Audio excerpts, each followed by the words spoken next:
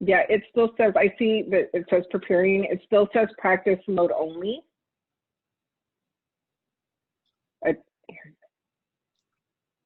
Hello, everybody. Welcome to WeGotchu, the partnership between Ed Navigator and the National Parents Union. I am Marisol Quevedo Rerucha, the Chief of Strategy and Partnerships for the National Parents Union. And this event is the brainchild of Tim Daly, who is the Executive Director, CEO of Ed Navigator, and Carrie Rodriguez, the National Parents Union co-founder and president. And this time was really developed to be able to provide our parents, who are now our teachers and learning pod experts, with support, with curriculum, with instruction. Ed Navigator is a really phenomenal program that has teachers who are supporting parents in navigating through the educational system. So we're really excited about this partnership. We went live on Tuesday at 8 in the morning, and now we're doing the evening session to be able to meet your needs. So we are going to continue providing this time for you. As a reminder, the National Parents Union was created to amplify and elevate the voices of all parents, including those who are low socioeconomic, our Black and Brown families, our parents who are formerly incarcerated, our parents who are in recovery, our parents who are LGBTQIA, our parents who, all of the different intersectionalities who may be English learners or may not, who may be English learners. I was gonna say Spanish speakers, but really English learners. So all of those parents that really, do not have that seat at the table. And our goal and what we're doing is uniting all the parent voices with those traditional voices that are represented. And we have phenomenal programming that we offer to our membership, and membership is free at the National Parents Union. So pretty soon you'll see the link to the National Parents Union website. One of the offerings that we have is we provide really amazing training. The goal of the National Parents Union is to have impact in policy. So both at your local school level, your local district, your state level, and nationally. We believe that a high quality public education should be a civil right, but we can't do this work alone. So it's really about us providing the support for our parents who have boots on the ground. And one of those supports that we have is through our advocacy team. And Christina Laster is our director. I'll have her introduce herself, but she has a phenomenal opportunity that we're super excited about that you need to sign up for as soon as you can. So Christina, if you could please share about our winter boot camp that we have coming up. Hello, everyone, and welcome. I'm so glad you're here. Sure to learn a lot from this vital discussion. My name is Christina Laster. I am the Director of Policy and Legislation here at the National Parents Union, and excited about our up-and-coming offering, the opportunity for the entire family to join us with our Winter Advocacy Family Boot Camp. And it will be a 3-week, 1 time a week, 3-part series. You're sure to have a great time and learn a lot. The first part will be just understanding the U.S. government structure and separation of powers. Second part, you will learn the art of persuasive speech. And the third part, we will put it all into action. And so this is for all ages and the family. It's a family affair. Allow your kids to join in. We want them to be a part. And we're just excited to be able to offer you this at National Parents Union. I hope to see you there. The information is given to you in the comment field. Make sure you register, and we will see you then. Bye-bye.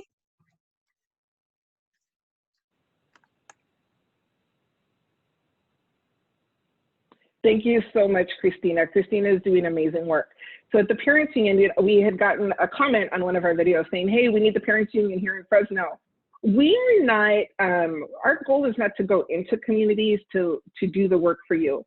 Our goal is to support you in doing the work and provide you the resources like this amazing advocacy training and other training. We just finished up a trauma-informed peer-to-peer support. And so it's really like we are here for you to make the change that you know is needed for your children and your children's children. with that, let me just give you a couple more announcements. We have a beautiful town hall coming up. So the National Parents Union does national polling every month. And we are going to announce our December polling on January 7th. And we have a very special guest, Dolores Huerta, who was the founder of the Farm Workers Union, along with Cesar Chavez. And she is going to be speaking to us. And also, there's going to be a really beautiful conversation that is going to be moderated and facilitated by our parent union delegates. We're also going to have two amazing educators providing you with information about what it is you should be expecting from schools regarding communication and your children during this time in the pandemic, and also really what you should be expecting, period. So with that, and all the links will be added, I am very, very proud and excited to bring on Whitney Henderson, who is from Ed Navigator. She's going to let you know about the work that they do and also bring on her team. So Whitney, I'm going to hand it over to you. If you have questions, please put them in the chat, and I will be come in later and be able to get those questions to you. Awesome. Thank you so much. And I have to go back to how I started on Tuesday when we had this conversation, which was to say that I love the way, Marisol, how you always introduce the types of families who are often marginalized, who are often, not the core or not in the core conversation when it relates to engagement, when it relates to almost all things related to education. And so for us to be able to form this partnership and really keep that core families top of mind has just been really incredible. And we had an awesome conversation Tuesday, so I know that we're going to have an even amazing one today. So I want to start by first doing brief introductions, and then similar to our last conversation, after our introductions, I also want to tell you a little bit about who we are as an organization and what we've been thinking about for the past few months as it relates to pandemic learning, so that it can spark some interest and get some questions rolling, because I know some people may say, well, I don't really have any questions. I'm just here to, see what other people are thinking about or what other families and parents are thinking about. But hopefully through, some of these conversation starters, that will inspire some questions of your own. So I'll start with introductions and I'll pass it over to my team, who I'm really happy to have here tonight. So I'm Chief Program Officer Whitney Henderson. I'm based in New Orleans, and I was a former teacher and school leader in New Orleans. And one of the things that I was always tasked with figuring out was how can we really better engage and more purposefully and intentionally engage families in our community. It is a life passion of mine to make sure that we're keeping families top of mind as it relates to education. We are nothing, and when I say we, I'm speaking from past tense. When we were in schools as a teacher, as a school leader, we're nothing without the collaboration from families. And so to be able to do this work every single day and just strengthen systems with our work at Ed Navigator, it's been pretty awesome. And so I am really grateful for that. And I'm also, as equally grateful for the brilliant people that we work with who come from so many different walks of life, former teachers, former school leaders as well, former school counselors, advocates in the community, you name it. And so that's who I am, and I'm going to pass it over to Gary. Good evening, everyone. Thank you all for having us. I'm really thrilled to be here. I'm Gary Briggs. I'm the executive director in the New Orleans site, and I'm born and raised in New Orleans. Prior to my time at Ed Navigator, I was a middle school teacher, so I love all things middle school. And so really got a part of this work because I really want to make sure that we are building intentional teams around students. That's why I joined Ed Navigator 5 years ago, and I think as long as we continue to think about students holistically and their needs and all the stakeholders who influence students, I think we're moving in the right trajectory. So I'm looking forward to a nice dialogue tonight. Thanks so much for having us again. All right, and I'll go last. Yeah, so I am Ileana Ortiz. I am with Ed Navigator, and I have been with Ed Navigator for almost 5 years now. I am originally from Miami, Florida, was born and raised there. I am the kid of Cuban refugees, so that tends to inform, obviously, my lived experience will inform all of the work that I do and the lens in which I see everything. Prior to being with Ed Navigator, I was at the Public Defender's Office where I did client advocacy. So I come more from a advocacy role than an educator role. And I used to do a lot of bond mitigation there. I used to spend 20, 30 hours a week doing jail visits and things like that. So I used to see a lot of youth that were system involved and kind of wanted to do something that was more on the front end than the back end. And that is kind of how I wound up at Ed Navigator. I work with a majority of our ELL families and absolutely love it because I see a lot of my own lived experience and my family's lived experience in the work that I do, and just absolutely love getting to be a part of Ed Navigator and specifically the New Orleans team. So, and in terms of who we are as an organization, we do a lot of thinking about families. We partner with families through their employer partners to make sure that their kids are on a path, an awesome path to success and achievement. And so what that looks like is, for example, in New Orleans, International, I saw a comment come through. International House is one of our partners in New Orleans. Tulane University, Latrim is a manufacturing organization out there. And what we do is we partner with them to say, just as often as people are signing up for their regular benefits, they could be, their healthcare benefits or mental health benefits, we offer Ed Navigator as a benefit to employees, which means that they get connected to one of our brilliant navigators to be able to really walk face to face or either through our app and connecting on that path that truly parents are leading, to say, like, this is where I want my child to be. This is where I see my child's strengths. This is where I want to see him or her improve. And so to be able to connect with our families in that really unique way really cracks the mold for us, because I know people often say, well, parents are just so hard to connect with. That is not our experience. I don't think that any of our navigators will have said the same thing when we were in schools ourselves as well too. And so to be able to, crack that identity and that perception of families on a daily basis makes me really proud. But then also to see the achievement that we see from our families on almost a constant monthly, year-to-year basis has been awesome. So we set goals with families that are either short-term or long-term. And again, when they connect with our navigators, they're meeting on site at their place of employment. So for example, a conversation in the lunchroom could be anything like, my kid is right now at a C level when it comes to reading, and I want to get him to a B or an A. What does that look like? Can you help me with some resources? Can you put, some particular questions in play for when I have the parent-teacher conference, things that I want to ask to make sure that, they're working with me as well too. And so that's just a quick snippet of who we are as an organization. We're based in New Orleans. We're also based in Boston and Maryland as well too, and are continuing to grow. So what we've been thinking about for the past 6 months as you guys are generating your questions, and again, hopefully this thought framing can help you generate more questions. There are really 3 big buckets of thoughts. And so the first one is, obviously, we're here on this conversation right now because we are truly thinking about pandemic learning. We're thinking about being in the present of it. We're also thinking about what the outcomes are going to be, a couple of months from now. What does the rest of this school year look like? What will next school year look like? And one question that we get a lot from our families is it realistic for kids to go back to school next semester, which I say next semester is right around the corner, January. And is it realistic for them to potentially be going back to school at the start of the 2022 school year? What we've heard so far from many of our district leaders is it really depends on location. So we have a lot of families right now who are actually in person, but we have quite a few who have chosen to keep their kids at home. And so again, when it comes to some of the pods that we've been seeing pop up, many of our families have chosen to either form one on their own, be it within their own home collective or family collective with other cousins, with other, nieces and nephews and things of that sort.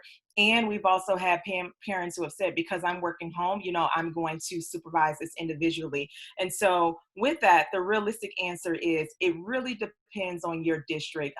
Most of our urban school districts are saying that, yes, schools will be in person starting in 2021. But as we know, the cases of COVID are rising exponentially. And so what that means for whether or not kids will be on for a couple of weeks, and then, there may be an outbreak at the school, and then they're back home again, it just really is super flaky, and it's really unsure for us to know for a fact. So best practice would be play it by ear and really think about your own schedule and what's realistic for your family. If it makes a lot of sense for your child to attend school or go back to school this upcoming semester. I think weighing the emotional cost of that, but then also the academic cost of that and so forth. So that's one big bucket. The second bucket is how or not we know if our kids are actually learning, if they have chosen to be in a distance learning environment and learning from home and learning within their pods. Right now, many schools have opted out of state assessments, and we know state assessments are not the only measures to determine whether or not a child is learning. Communication is often a good indicator of whether or not, like being able to say, to your child, tell me about what you've been learning. Show me what you've been learning. And one good rule of practice and thumb would be to be able to compare what kids were doing maybe 3 or 4 weeks ago and compare it to a work sample that they may have now. So there's a lot of different ways that we can be flexible in terms of how we're showing and demonstrating progress across the board. But the reality is many of the tests also are not going to be reinstated for the end of this school year either. So there are a lot of programs, academic ones, that are online right now that we can recommend at the end of this conversation. If you are someone who are saying, yeah, I don't know how my child is doing because they're out of school and I have very limited communication with the school that they once attended. And so I just like to know if there's a diagnostic out there, and we'll be very happy to help with that and assist with that.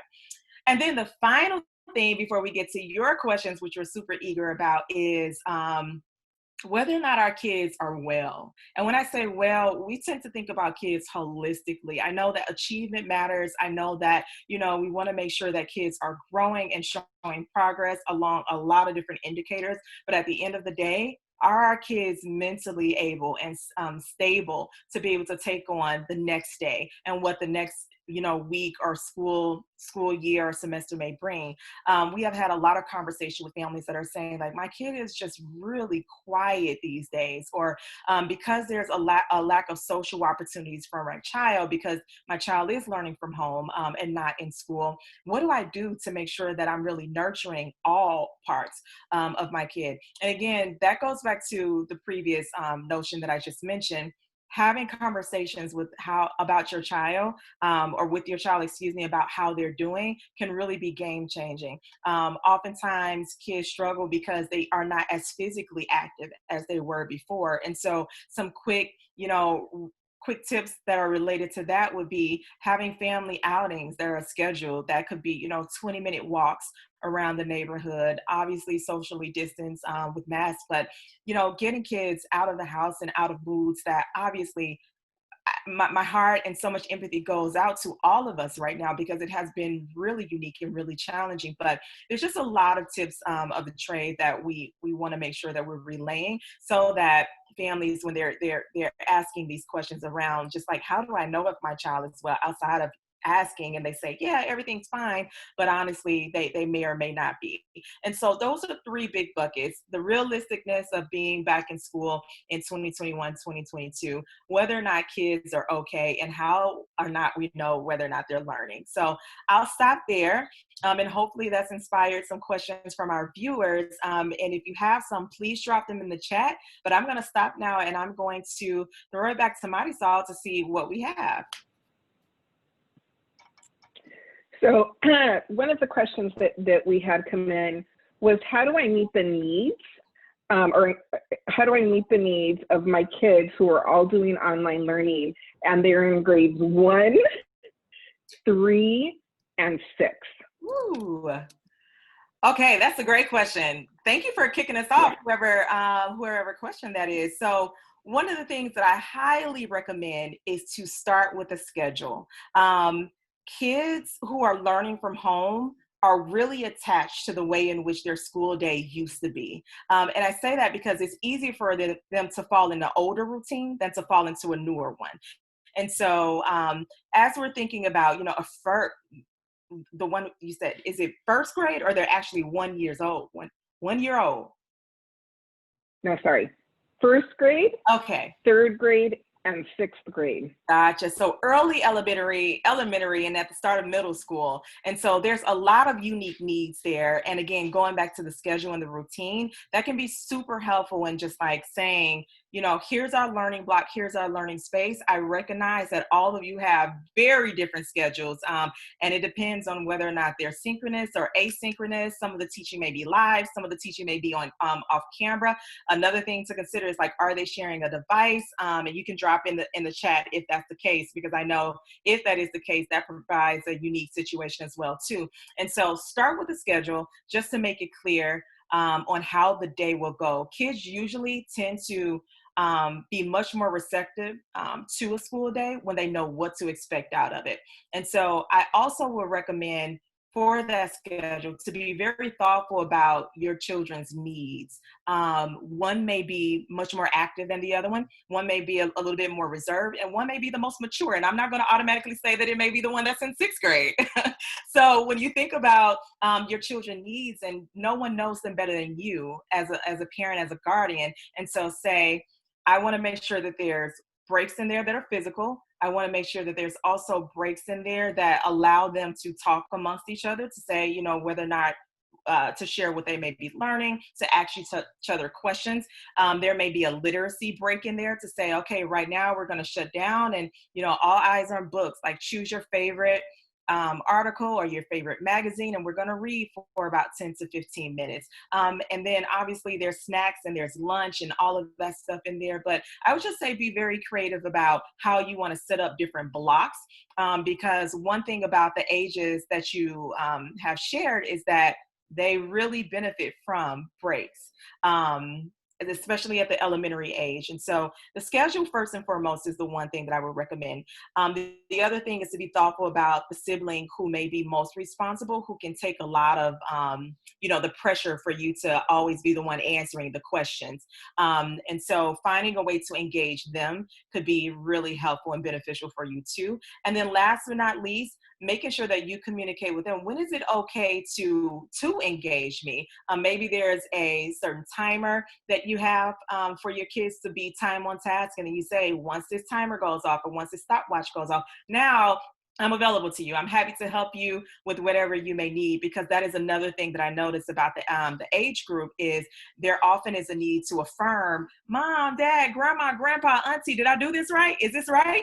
And it's like, that takes so much time to, you know, stop and say, yes, it is. So to incorporate a timer and build up that independence could be super helpful. And again, going back to the most responsible sibling, to say, how can they help to mitigate some of that so that you're not always being pulled from your work as well too. Ileana, Gary, is there anything you guys would add? Yeah, I agree with all of that, Whitney. And I would add one quick thing. There's nothing like a good old-fashioned morning meeting.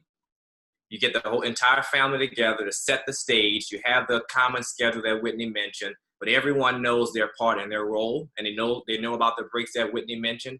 And I think at the end of each day, you kind of debrief. Okay, what went well today? What didn't go well? Let's figure out how to course correct for tomorrow. And I think having that in a set schedule will give students and give children a chance to say, you know what, I did mess up on that, but tomorrow I have another chance to fix it. I did really well at that. I'm going to make sure I bring that to the next day tomorrow. And I definitely agree with Whitney's idea around layered leadership, depending on the ages of the students. I think that's really, really critical to have some deputies to support the parents. Mm-hmm.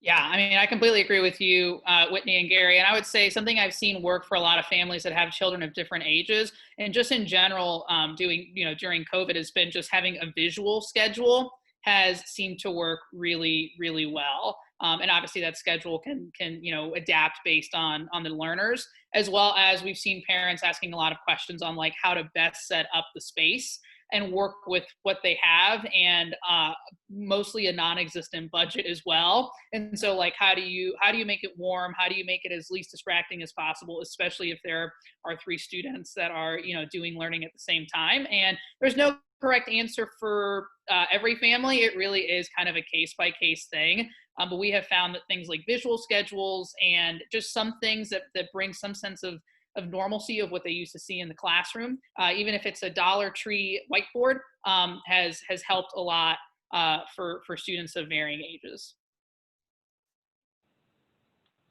So I just want to reinforce, so the question was around how to really work with kids who are learning that are in your home, your babies that are in 1st grade, 3rd grade, and 6th grade. And some really great tips that we got was start with a schedule, include a visual schedule, which you can do on the real cheap at the Dollar Tree, and also setting a timer and having a morning meeting. And I think in that morning meeting, also talking about the leadership in your family. So having, I think at all levels, so your sixth grader may be able to help you with some of the content with the younger ones, but the younger ones can help in other ways depending on your family's personality. One thing that I wanted to share, our nephew has 6 daughters who are 9 and under. And one of the things that they've done is they've reached out to all of their family there in Austin. And so I meet with my goddaughter every week. We have a standing meeting. And so there's a block of her schedule that's taken care of with somebody that loves her. She's 6 years old. We read books together and we do a craft. And so if you happen to have that availability and you have family that could do a meeting like that on their phone, it's another idea. So here's another question that I think is really important. Hold on, I have it. I have my questions like in 3 different spaces. Okay, this is a great one. In an at-home virtual environment, what have you seen has helped non-English speaking parents in supporting their students? And not just supporting them, but like what are the best ways that non-English speaking parents can support their kids in a fully online virtual environment?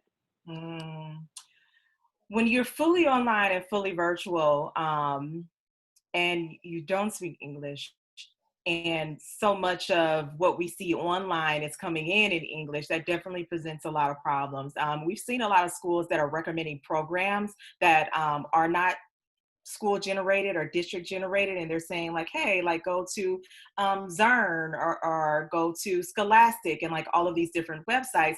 And the benefit of those websites, I will say in some cases, is that you are able to translate them. However, sometimes it's really hard for a family where English is not their first language to even know how to support and how to, recommend what to do next.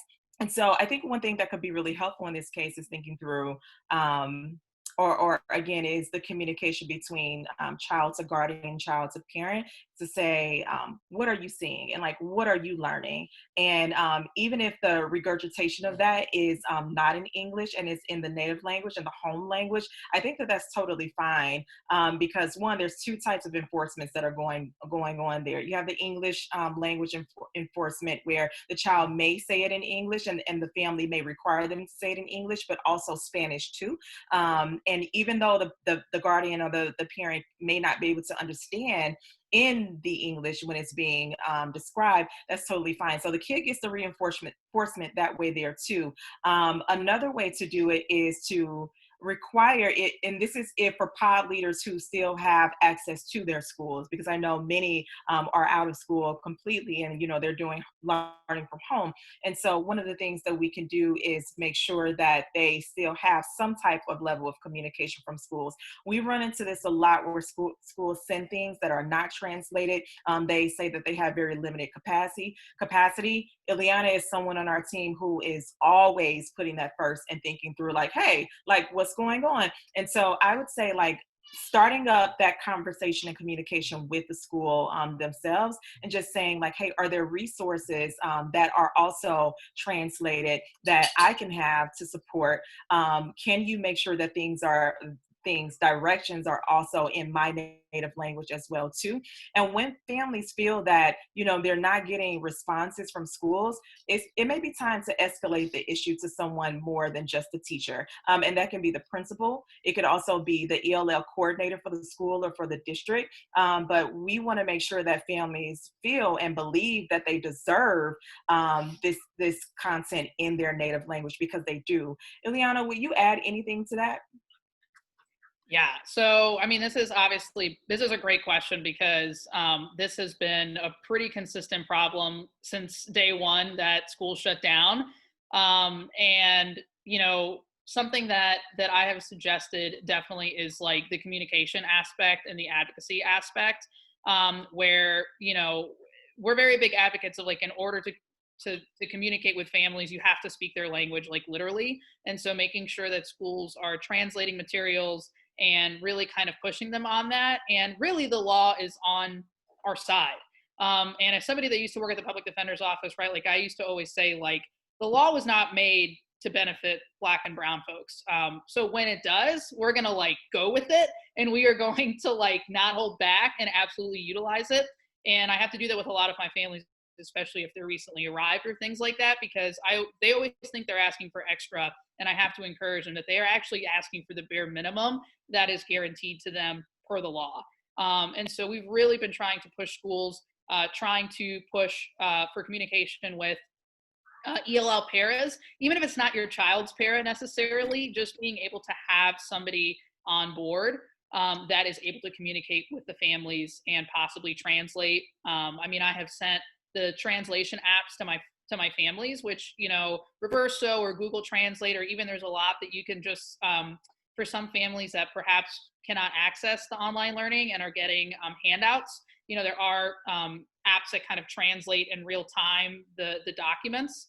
And so that's kind of something that is something that we've utilized. And then I would say that ask the teacher or para or somebody perhaps like, okay, what is my student learning this week? Okay, they're learning about bees. I may not exactly be able to understand the passage that they're reading, but now I know to ask my child, whether it's in Spanish or English, at the dinner table, hey, can you recap for me this thing about bees? Or like, can you do this math problem or something along those lines? So, I mean, families have absolutely had to get creative. Schools are having to get creative. Advocates are having to get creative. But I feel like, we've always known that there's been this lack of equity here. And I feel like COVID just really kind of made it to where you can no longer pretend like it doesn't exist. And, it's frustrating because we shouldn't have to be inventing a wheel. The wheel should have already existed, and we should have just had to expand things. And, those are kind of some of the things that I've been working with my families on, but really kind of having like knowledge of what you can talk to the student about at the end of the day or the next couple days has been, I think, like a really helpful tool of students of all ages. And we've been encouraging families to try to take advantage of learning English with the students at this time. So whether that's, putting Post-its up in the house, I've delivered flashcards to families, or there's a lot of really great books that you can buy online that one page is in English and one page is in Spanish, and reading that together as a family, trying to maybe, work through and acquire the language during this time. You got a lot of co-signing there in the chat, Ileana. Thank you so much. Yeah, and I think just absolutely, like, parents need to be advocates, but the reality is that a lot of our parents, especially our parents that may be Spanish speaking or maybe new to this country, have a lot of trust in the education system. So it's really, they really believe that teachers are going to do what's best for their kids. So it's really important, I think, to really have and gather the community around you. So when you see a new parent, or if you know there's somebody new in the neighborhood, to talk to them about school and education and what their rights are here in the United States. So thank you for those ideas. We have some phenomenal questions. I'm going to start with one that I think is really important. How can parents practice self-care when they are the teachers now, even when they have the support of the pod school or homeschool co-ops? So how can parents take care of themselves? Because they're in a whole new world. Yeah. I think the first step is acknowledging that this is not easy. And it's not easy for teachers. So it's definitely not easy for parents who are acting as teachers. And I shouldn't say acting as teachers, because parents are teachers regardless. The only thing that changes is where, the location in which they teach. And so when I think about this, like, one, it's the act of saying that everyone is experiencing the same thing. And though we may be experiencing it I'm acknowledging that this is tough. So give yourself some love to say that this is unique. The second thing would be, what specific resources are out there that could truly, help and support in making sure that I have a holding space and environment, and then also like actual outputs and things that I can reach out to. So one place would be starting with Facebook. Facebook has been so awesome. I'm so grateful for like this being on Facebook Live too, because on Facebook you'll see a lot of community groups that one truly resonates to who you are and what you're looking for. And specifically, we've seen a lot of Facebook groups pop up to say, hey, we want to form this group because we want to go live and just talk about how this is just super challenging. And, you know, I realized that from this group, you're in my community. You're in my community. Like, is there anything that we can do to tap into some community resources that may be free that I didn't know about? So in those groups, you start to see a lot of different strategies that start to emerge where people are just like, wow, I didn't know that I can call this 1877 number and have like a free 30-minute consultation with a doctor to say that here's what I've been feeling. I've been expressing myself less, and I'm just really looking for someone to guide me into a particular direction as it relates to my mental health. So that's one thing. Another thing would be to look into certain apps like Mindkind, where you may say, like, I don't have Facebook, or I don't do Facebook. And I know we have a lot of families like that. However, from your phone, if you have smartphone access, or even computer access, going to many of the apps that are really about stopping, pausing, being present, and breathing, because I cannot over-enforce how much it has been really helpful for all of us just to say, okay, time out, pause. Right now, I'm going to go into my bathroom because that seems like the only place my kids will leave me alone, and give me a minute to just really gather myself, and put on that app and just like have it be narrated and guided for you. So sometimes we come into a space, I need, 5 minutes of silence or 10 minutes of silence. But sometimes that silence can be layered with someone guiding you and leading you through.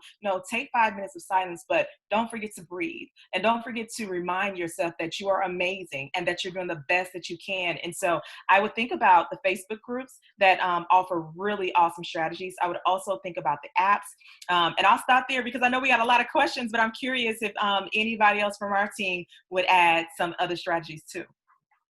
Yeah, I agree with that 100% with Whitney. And I would also add, kind of going back to the morning meeting idea, I think families, parents, and guardians can model what self-care looks like for their children, right? So I think at the top of the day, you can say, you know what, I want everyone to go around in a circle and let the group know one thing that you need today for yourself, one thing. And then that way, everyone in the family realizes that mom, dad, grandma, or grandpa needs that thing. So maybe this is not the time to, ask them for this thing because I know they asked for this one thing. And so I think if parents model it, that would transition down to students also learn that, you know what, I need to take care of myself as well. I think it can be, even though you want to give parents a break from being teachers, I still think this is an opportunity for parents and guardians to serve as educators, even when it's about taking care of themselves. Mm-hmm.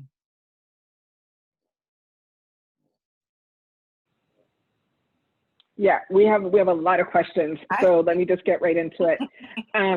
How do students support one another in their teams? They seem to be tapping out.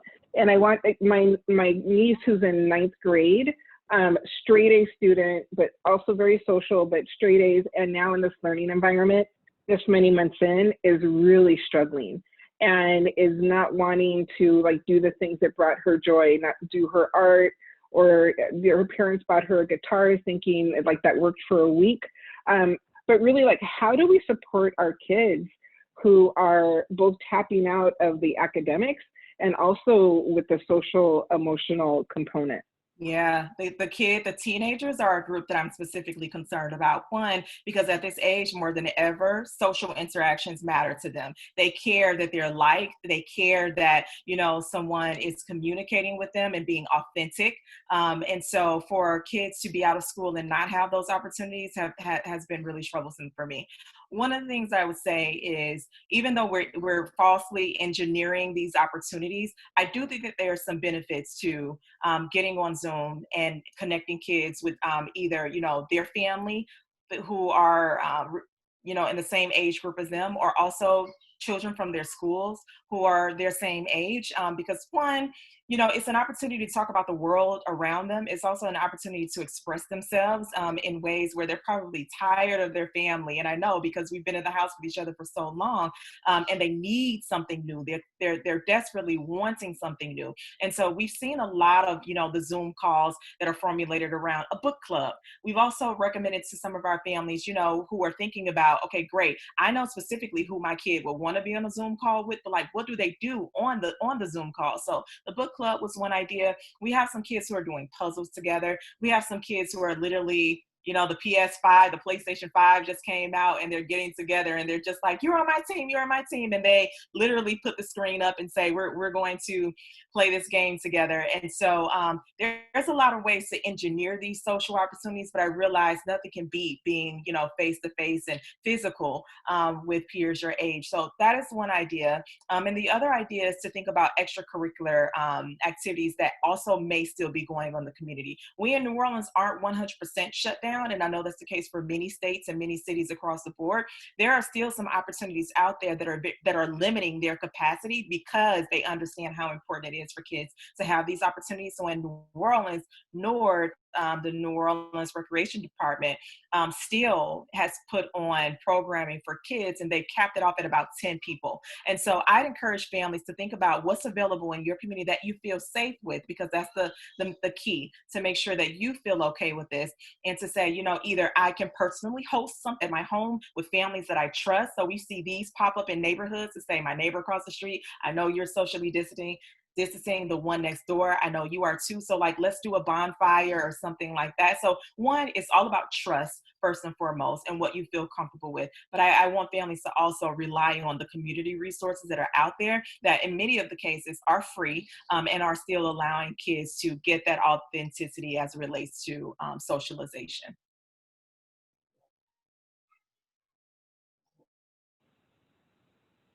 So I think this is a really important question coming up.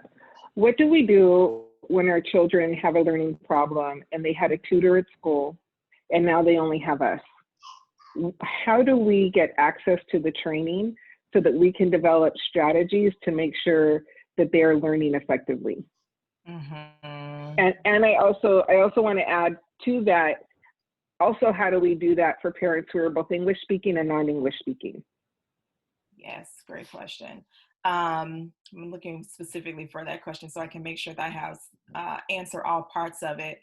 But for our students who have learning challenges, that this too has been a very difficult time for them. And if they had tutoring at school, one, the benefit of that was that it was free because it was happening during the school day. And many of our families seeing that, wow, it's much more clear to me ever before, because I'm learning with my child now, to see that, you know, I hear the stuttering in the reading. I hear and I'm listening to the lack of pause between punctuations. I'm hearing the mispronounced words and things like that, or I'm seeing that they may not be showing their work when it comes to mathematics. So has this exposed a lot of newness for families, and for kids who have learning challenges.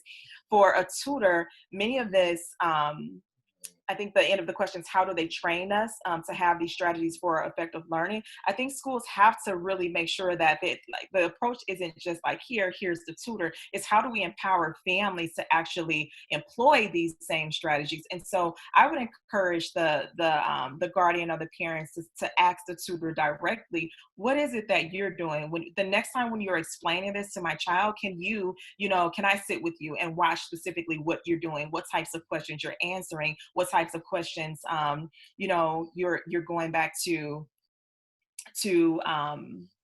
sorry, I just lost my thought. The types of questions that you're going back to my child to, answer and frame, so that I can be building my own repertoire of learning as it relates to those particular strategies and questions. And so I would just say, making sure that parents know that it is totally okay for them to demand that and ask that of a tutor that may have been provided. And in cases where they aren't, going back to the school to say, listen, this is the way that I'm communicating it is not resonating with my child. So what would you recommend when you plan your lesson, teacher, because all teachers were responsible for the lesson plans, like what types of questions were you asking? How did you know that this was sticking or if it wasn't? And so having them feel empowered to ask those questions is really key. Would you guys add anything there? No, I think you covered it, Whitney, from my end. Ileana? Yeah, I mean, I completely agree with you. You know, I think if you're asking and the teacher speaks English, ask if you can get that checklist or those questions in whatever language the family speaks, you know, which I don't think is really kind of that wild of an ask. I would also continue to go back to like, I mean, well, it shouldn't be that wild of an ask. A school might feel like it is, but not according to the law. You know, and so, but I do feel like as well, like, you know, Whit, you brought up how Facebook is just like a gold mine. And I agree, these parent groups, like, you know, I think first off, like, I really want parents to just acknowledge, like, you are doing everything you can, and your kid will knows that, and your kid will remember that 5-10 years from now. Because I look back at things that my family did that I maybe didn't know in that moment, but 5 years later, 10 years later, now 15 years removed, I'm very, very aware. So I know it's easy to just kind of be hard on yourself right now, but know that like you are doing the best you can, and it is more than good enough, even if it doesn't feel like it in that moment. You know, the school definitely has accountability as well, and we should, you know, push schools and districts to provide things. But I do want to name that there are a lot of amazing parent groups like this one that are doing really good trainings. And I would say, like, if you are looking for specific trainings, a lot of the trainings that might be out there, especially for students that perhaps that have exceptionalities or are English language learners, are probably usually going to be geared towards educators, which means that there's a lot of language that is like really difficult to discern. And so I would say, like, if you are Googling for webinars or things like that, try to find it from a parent group or a family engagement group, because then it is more likely to be parent facing and not overwhelming.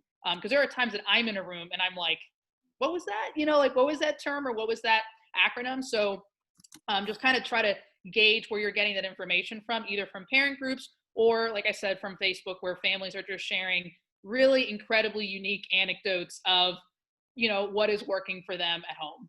And I would say really quickly, just find power in this moment, in this specific moment, because the roles have reversed, right?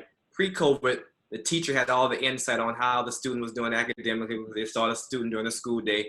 And now you, as a parent and guardian, you have those insights. So use that as a tool to push to schools, as Whitney said, to meet the needs of your students, because we tell our families all the time, no one knows your child better than you, right? So lean into that, and schools should respond accordingly. Mm-hmm. Can I add one more thing to that too, Marisol? I know we have a few more questions, but I want to make sure that parents walk away with this strategy too. On almost every classroom assignment, there's a header that tells you specifically what kids are learning, or like what the theme is that they're learning. So for example, it could be solving two-step equations. YouTube is your friend. If you go to YouTube and you type in how to solve two-step equations, you're going to get a list of people who are showing you how to do that. And I'm sorry, I had to add this because I actually found the question, and now I see that it says that the parents have now become the tutors. There's no tutors there to actually show you what they are doing. And so definitely go to YouTube, see how people are explaining how to do this, or like how to solve it, and explain it to your children. And that could be a really good how-to guide, in addition to Khan Academy. Khan Academy has so many videos that are already prepared in so many different languages and so many different types of questions related to what kids are learning that can be super helpful. And so thank you, Ileana, for the reminder about the law, like learning what the law is and what your rights are. So thank you for that reminder. The other thing that Whitney had mentioned earlier, and that both Gary and Ileana are saying, is we have to be gentle with ourselves. We have to take care of ourselves. Like, we have to work on that piece of just accepting that things are that we are, and we're doing the best that we can as parents. Vivette had asked a question about how do parents effectively advocate for their child when the school district is not doing right by them.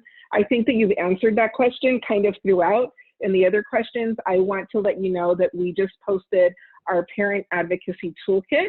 So it is in the Facebook stream, and I don't know if it was posted on the chat box. But if not, it will get posted in the chat box in the webinar because we're both live on the webinar and on Facebook. So look for the advocacy toolkit. But this question I think is really important also. How can we mitigate the amount of screen time that our children are spending in this remote hybrid learning environment? And I'd like you to answer that from the perspective of ages and development. So like I have a 4-year-old preschool granddaughter who's on the computer, and then also a 15-year-old, but just kind of across the board, how do we mitigate that amount of screen time?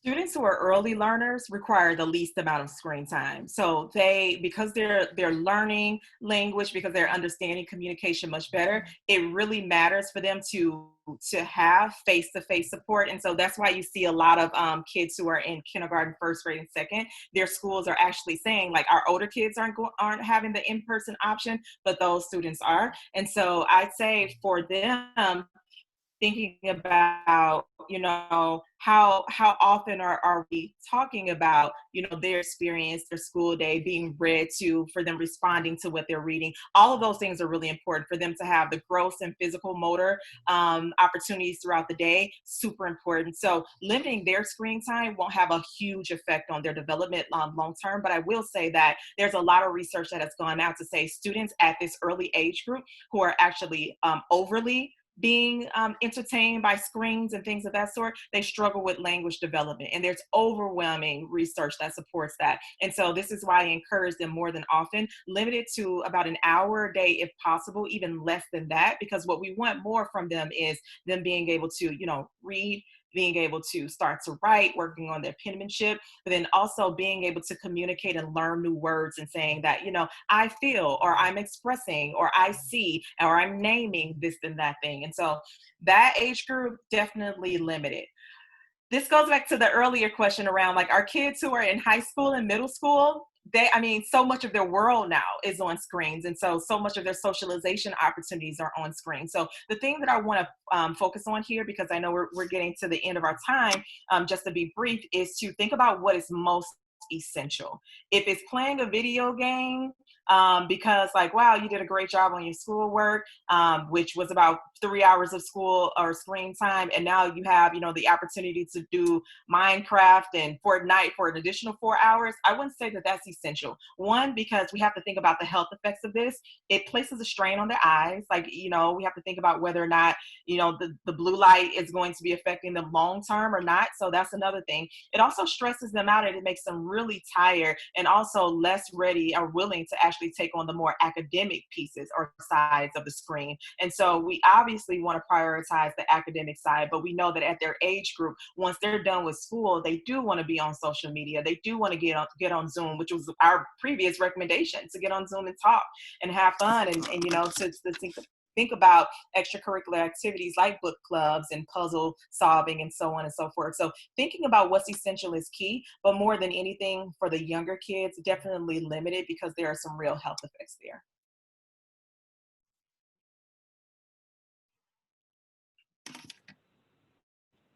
Okay, so we have time for one more question. So I think I'm going to reframe this a little bit, but the idea is really around what are community partnerships the parents can make to assure that children are getting additional support. So I think knowing that you don't know the communities that our parents in, how can parents identify and then access community partnerships that they can use in order to get additional support for their kids?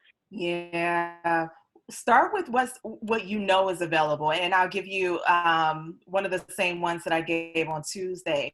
The community library is like the community living room. It's a hub because you're going to find expertise in so many different places, from who may be babysitting, who may be doing virtual babysitting, who may be, a dad in distress who's just like, hey, like we need love too. And so like, let's get together.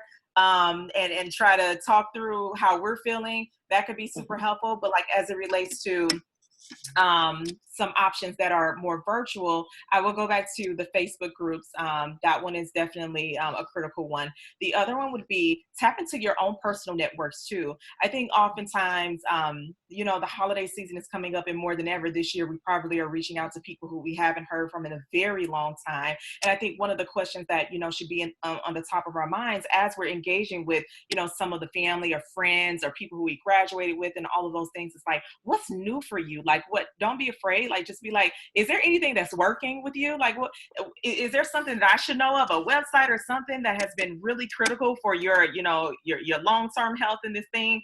And so getting those and you know, gleaning those from people who you either know and have kept in touch with or haven't can be a game changer. But definitely for the community-based ones, thinking about what the library may be offering, or some of those other, I mentioned NORD for New Orleans. I'm not sure what that may be across the board, but there usually are these big hubs and cities that always are the convener and the broker of these services. And if you know who that is, you probably will find access to so many things like free food programming, free English classes, and so much more.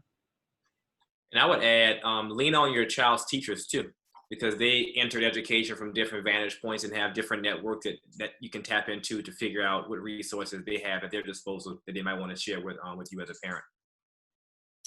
And I would say, in addition to teachers, that I do know that a lot of schools have parent liaisons. So if there is a parent liaison at your school, or sometimes it's like at the district level, I would reach out to them. And, you know, typically like the social worker may have some really good resources, especially kind of from like a holistic thing, because a lot of what they do is, well, you know, they're doing it more kind of like coalition building and partnership building in order to like actually holistically like serve the child. So there's usually a lot of wealth there. And, you know, even if your child is not necessarily in any kind of like therapeutic contact with the social worker, you know, they would probably love to pass along, you know, some of the resources that they might have.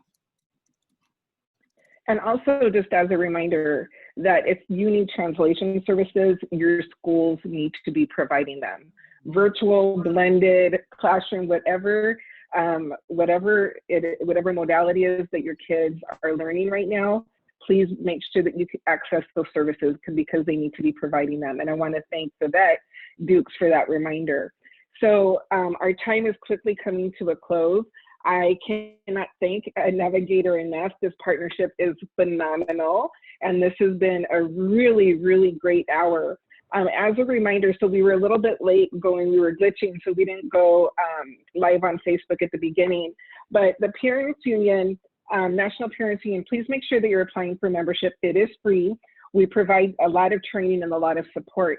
One of the opportunities that we have is our boot camp. So I asked Christina Lassiter, our Director of Policy and Legislation, to come back on so that she could let our Facebook Live audience know. So Christina, take it away.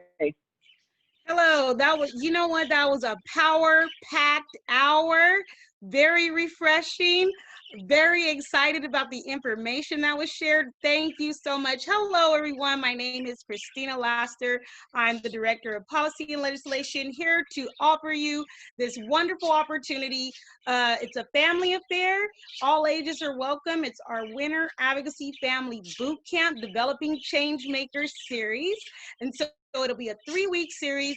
Week 1, we will be learning about separation of powers in U.S. government. Week 2, we will be learning the art of persuasive speech. And week 3, we will be putting it all into action. So families, caretakers, bring the children and join on in. That link is shared, and I hope to see you all there. Thank you. Thank you so much, Christina. And as a reminder to all of our participants, both on the webinar and on Facebook Live, this is not our only time doing this. So we were trying out to see if the morning worked better, if the evening worked better. So we got you, because we got you.